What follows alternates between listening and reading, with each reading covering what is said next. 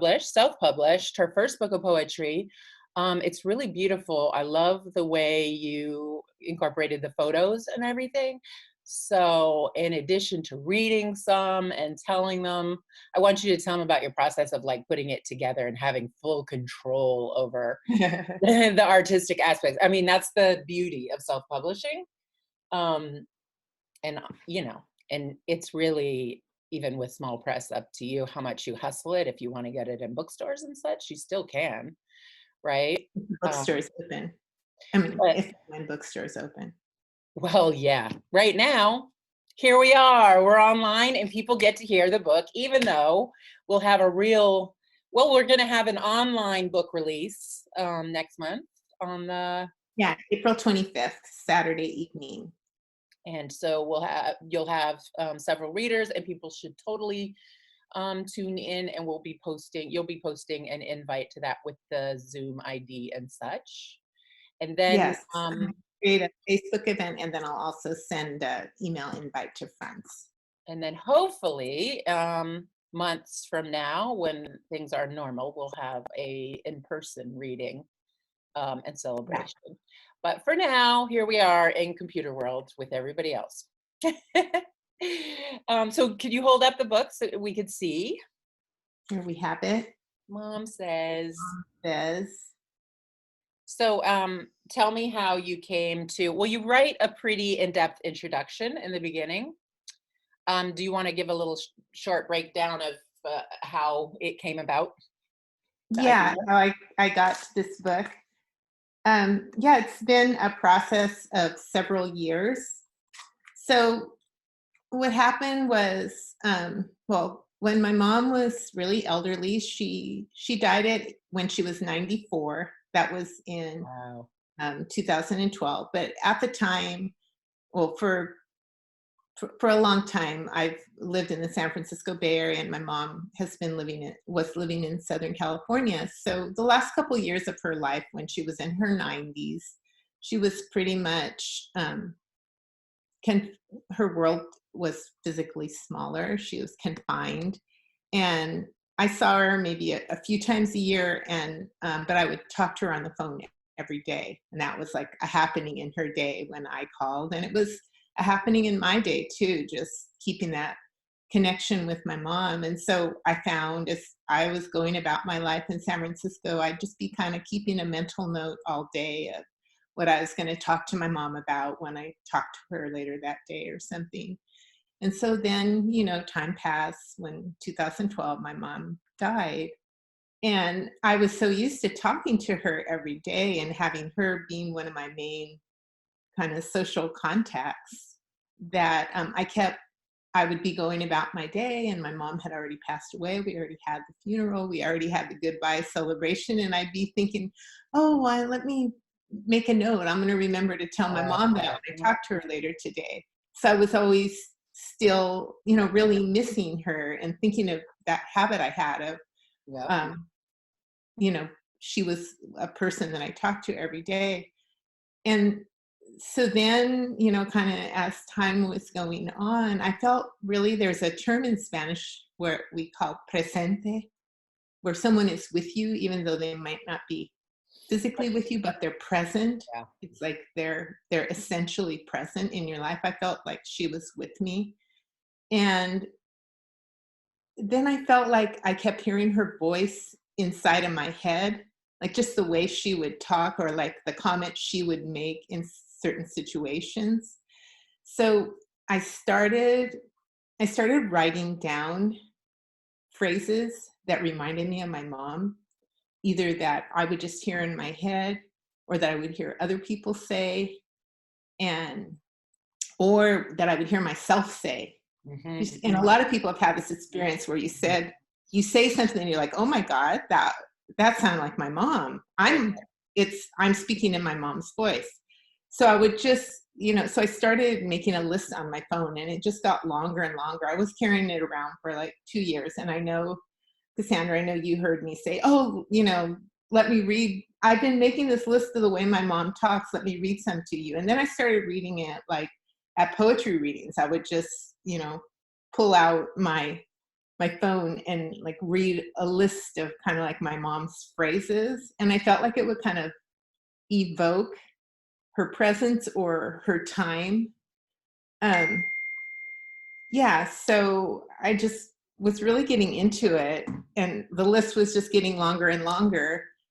And then I I actually started kind of manipulating the order of the list and kind of pulling phrases out of it and making, I guess, kind of found poems out of rearranging those phrases.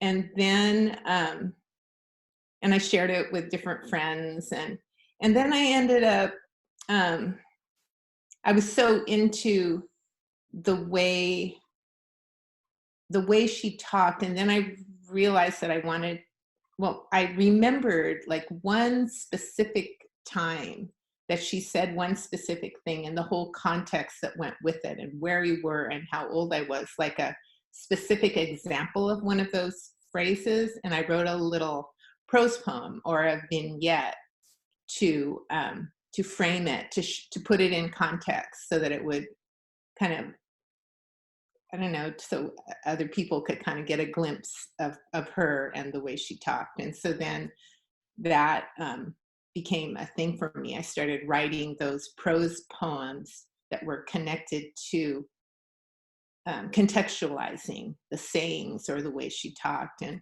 it ended up now turning into this book, because what the book is, it's those found poems interspersed with, which are like the lists of sayings, but then interspersed with the prose poems, which are the little vignettes, like contextualizing the way she talked.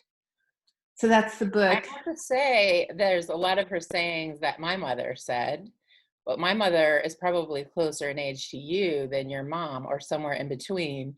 But I wonder if they were things her mother said. Yeah, I All wonder too. except for any of the Jesus or anything, because my grandparents were atheists. Mother. But God damn it, there's one God damn it one in there that my mom definitely said, and there's a bunch of them that were very much in our household for sure. Yeah, and a lot of people have commented that to me. Like some of the phrases are very common Yeah. or familiar, and some people like it's, oh, really familiar, like my mom. And I think that um, it's not just about my mom. It's I think it's also for me about the way language is an evolving thing, and Hmm. it's something that we're constantly recreating, and that language communities that could be, defined by time or by space or place, region, or by certain experiences that people have, they share and create together language. So the way my mom talks, it's the way she as an individual says things, but it's also, maybe um, the time. It's about, Right. so the time and place that she lived is shared by a language community, and I carry that on, just like Right. Sure. That's what got, I thought further from, would it be more my grandmother's era, my mother's era, but also that they were both on the East Coast and your mom was in California. So Mhm, it was more of a time than a place thing in mhm, these cases, but in lots of other cases, the language is very much determined. I mean, uh, they were in Cambridge, Massachusetts. So that is a big accent and a way of saying things, certainly. But um, there's a lot of things that I started thinking about, like this, my mom's sayings, which would be sometimes like a line from a song from the 50s, something from her childhood. Um, or there's words that they used a lot when I was little and that have faded away over time, like groovy or something like that. uh-huh, Now that we're just, that was just a very normal word to use all the time. And it just went out of style, I guess. mhm, And not even they use that anymore. mhm. I just started thinking about all of that while reading your book. Yeah. Yeah. And I am excited by that. I'm always excited by language and the way people use it, and slang, and just turns of phrase, like where do they come from and how do they carry on. Yeah, when you accumulate like all those different ways of talking that a person has, it's like it evokes that person's presence, or when you put it all together, it's about how that person is, because of course language, not only what language we speak, like English or Italian, but just the language we speak is a huge part of our identity. And as Absolutely. poets, of course, we're really aware about that. Yeah. Well, my father was a talker, and I think he did something that I do too, which is sort of like chameleon, like switch into different um almost dialects or something Mhm. sometimes, you know? It would depend on the conversation he was having as to the language he would use, and I think I do that too. Yeah, I think everybody does. That's Right, how me too. you move in different Code discourse switch. communities. We can, go to a very academic place, or we can, be very informal at home or with our friends, or they're, yeah, as we call them, discourse registers or language communities, and we move. Yeah, I love in writing or in conversation when a person has a healthy vocabulary of both, very well-read vocabulary and very hip slang. Like that just makes me really happy when it's all blended together and it because I feel like you can describe something so accurately, you can feel it when you use all those different ways of speaking. Mhm. Yeah, Well, and it also reveals your complexity, or the right. speaker's complexity as a person. Right. Like, they don't exist in a narrow space. They Yeah. they Yeah. exist in like a well-rounded or multiple spaces. Yeah, totally. So how was the process of putting the book together for you? What was difficult about it? What was fun?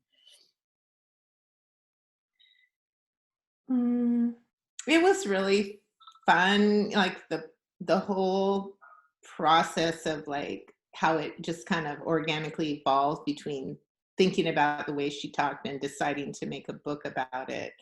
One of the really fun moments I had was when I had all the sayings. I printed them all out, and then I cut them into strips, and Mhm. then so I had them each one on a little Band-Aid sized piece of paper, and then I put them out on a table and rearranged them in a whole bunch of different ways. It was like playing a game. We should do a workshop like that when we're all back together again. You should Yeah, lead a workshop and have everybody do that with, whoever they pick's phrases, to do the list, cut it, and then do some found poems like that. That'd be really fun. I think people would yeah, do that. yeah, we could do that. Yeah. So that's one thing I just did by myself. That was really fun to come up with all the found poems. And then I guess another stage that was kind of an obstacle to get over, kind of like a confounding, but I finally decided, was how the order or the arrangement of the pieces in the book. And um, I ended up deciding to group the poems thematically. So I have several thematic sections. I feel like we're talking about it so much, maybe I should read a couple things. Sure, whatever you wanna So, do. Yeah, absolutely. I'd like so to do some. I'm sorry that garbage truck picks up on Tuesday across the street. oh, I can't even hear Oh, it. good, good, good. Well, read to us. That'll sound much better anyway. So that was like the other thing, was like deciding how I wanted the order of the book to be, and like, do I want it chronological order, or do I want it, I don't know. I just, like, I couldn't figure out how to do it. But then I decided to group them thematically. So well, so I'll read a couple things. Yeah, absolutely. So this is the prelude, kind of the beginning. Mom says, knock on wood, in our whole life, the sense you were born with. What's done is done. It's not the end of the world. Dear heart, take care of the little ones. God knows, God only knows, put through the ringer, bit her nails to the quick, right to the quick. Bless her soul. God damn it. Heaven only knows. Good heavens. Jesus help me. A Hail Mary. St. Jude, pray for us. St. Jude is the patron of desperate causes. When my mom says, St. Jude, pray for us, she's anxious about the water or the gas and light bill. Sometimes they have been turned off. It's when my dad doesn't come home and she fears that he's spending money in the bar. She's wearing a cotton apron sewed by my grandma around her waist and has come out of the kitchen to the living room, and she's sitting in one of the TV chairs. Her eyes shift back and forth across the room. She has her rosary in one hand and has said some Hail Marys with her eyes closed. My sister and I sense her distress, and we stand close to her, leaning on her knees, and we say, I love you, Mommy. And she begins to weep and says with her voice cracking, St. Jude, pray for us.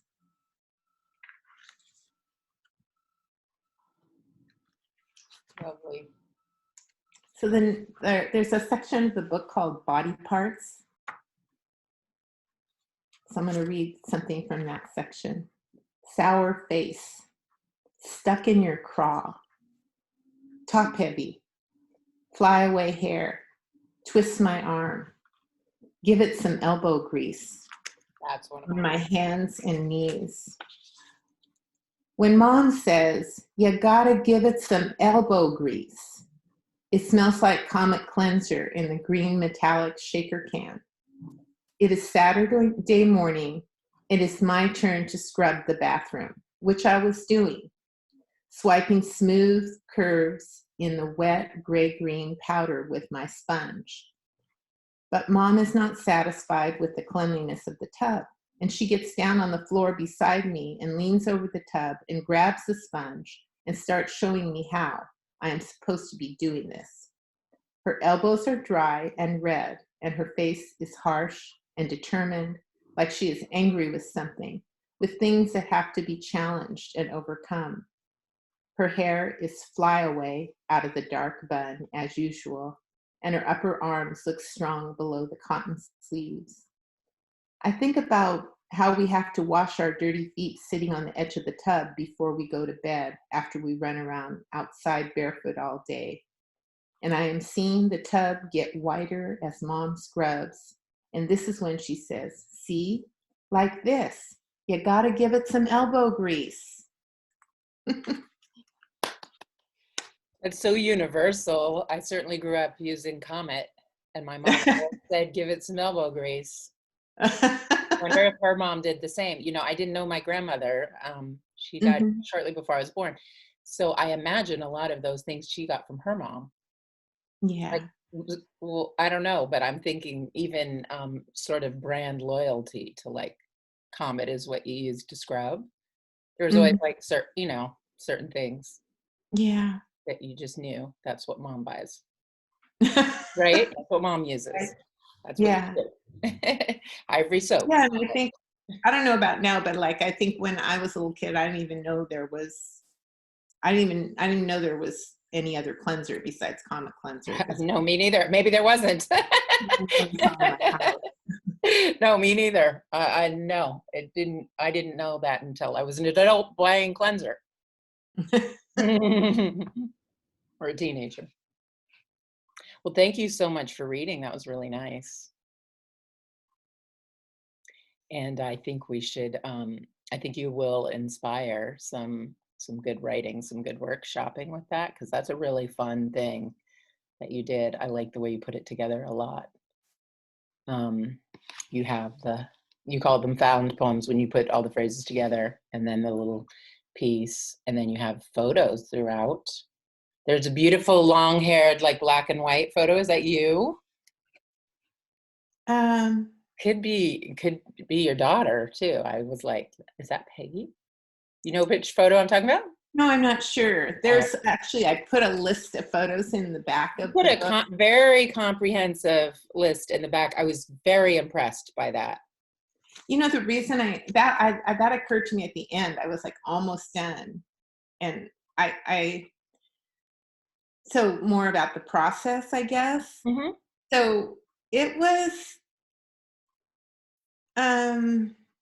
it was a big decision to decide to self-publish. I had submitted my manuscript to a publisher who rejected it, and then, at that point, I felt kind of bad about it, so I just put it aside and didn't even think about This it. one though, oh please, we all got rejected. I was Yeah. told that Wet Reckless was just totally repetitive and boring by Mm. one of those presses. It was well-known poetry press, put it that way. Well, yeah, anyway, what I did is I felt bad, so I just, like, set it aside and didn't go back to it, and then finally I thought, I went and I put so much effort into writing that, and I wanna publish it, and I had talked to you, you told me you had self-published, and, I so I started asking around. My friend Grace Mendez showed me how she had self-published on KDP, and Leila Ray, also head of Pandemonium Press, she had done her some publishing through KDP, and you know, you had used, I think, one called Creative. I used Create Space. First I Create. used Lulu, I believe, Mhm. which was difficult.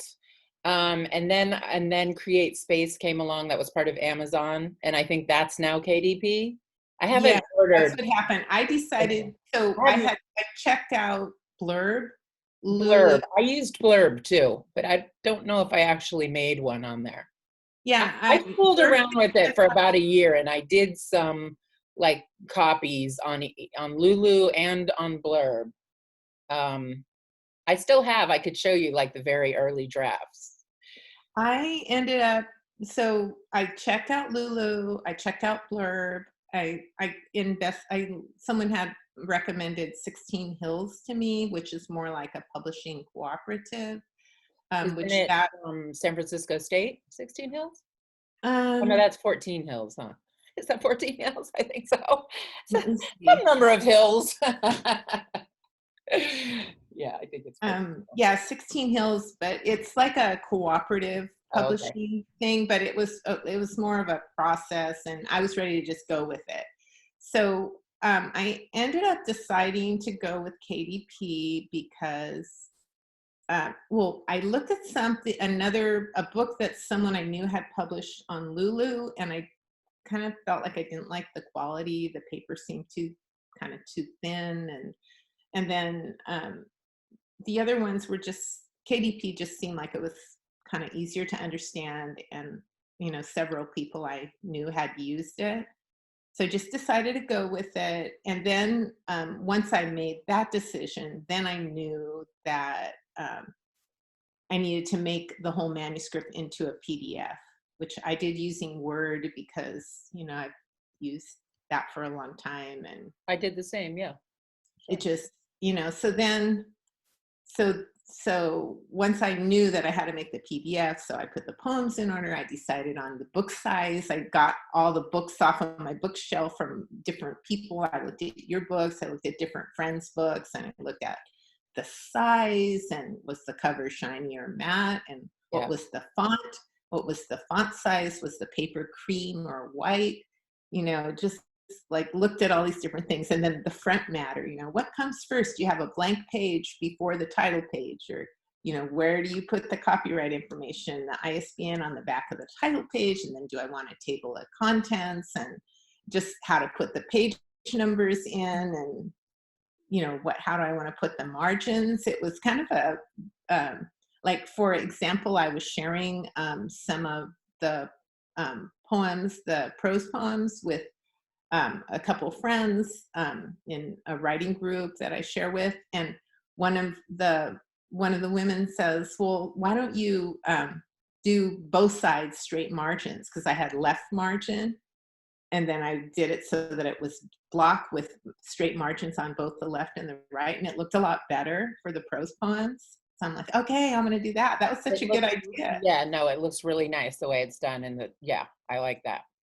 I mean, So that stuff that was is hard sometimes, but yeah. So the found poems are centered, and right. then the prose poems are also centered, but with blocks, so the margins on both sides are the same. So I just like went through all that, It And then really it was works. like Yeah. when you open the book, or you're looking at 2 pages, the page on the left and the right, and what did I want to be on the left and what did I want to be on the right?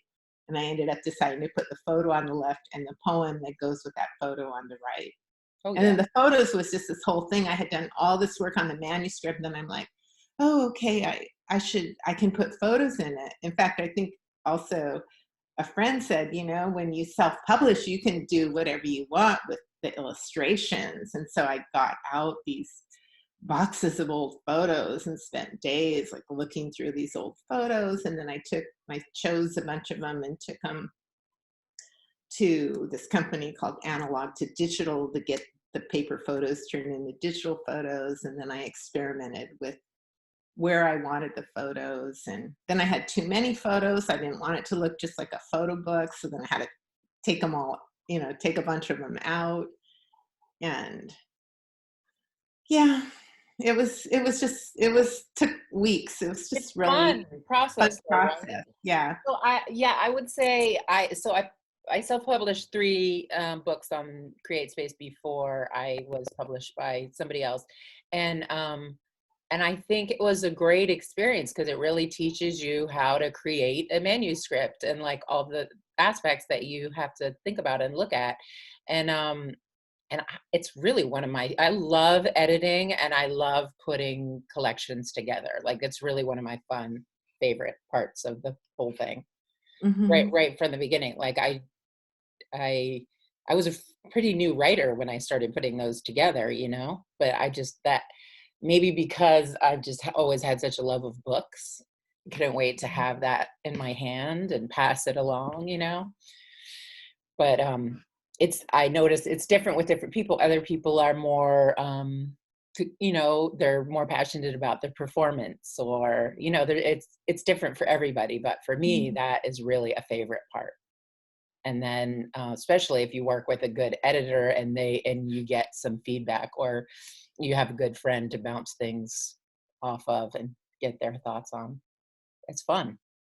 And I Yeah. think that you did a really good job with the photos of having it not be too much like a family photo album, but have them complement the work that they were next to. I thought it was really well done. Thank you. Yeah, you're welcome.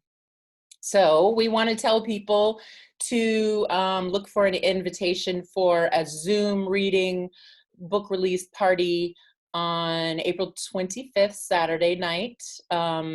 People should be rested up and sheltering in place. We can have a virtual toast, Yeah, um, fun. for Mom Says. And And people should Cassandra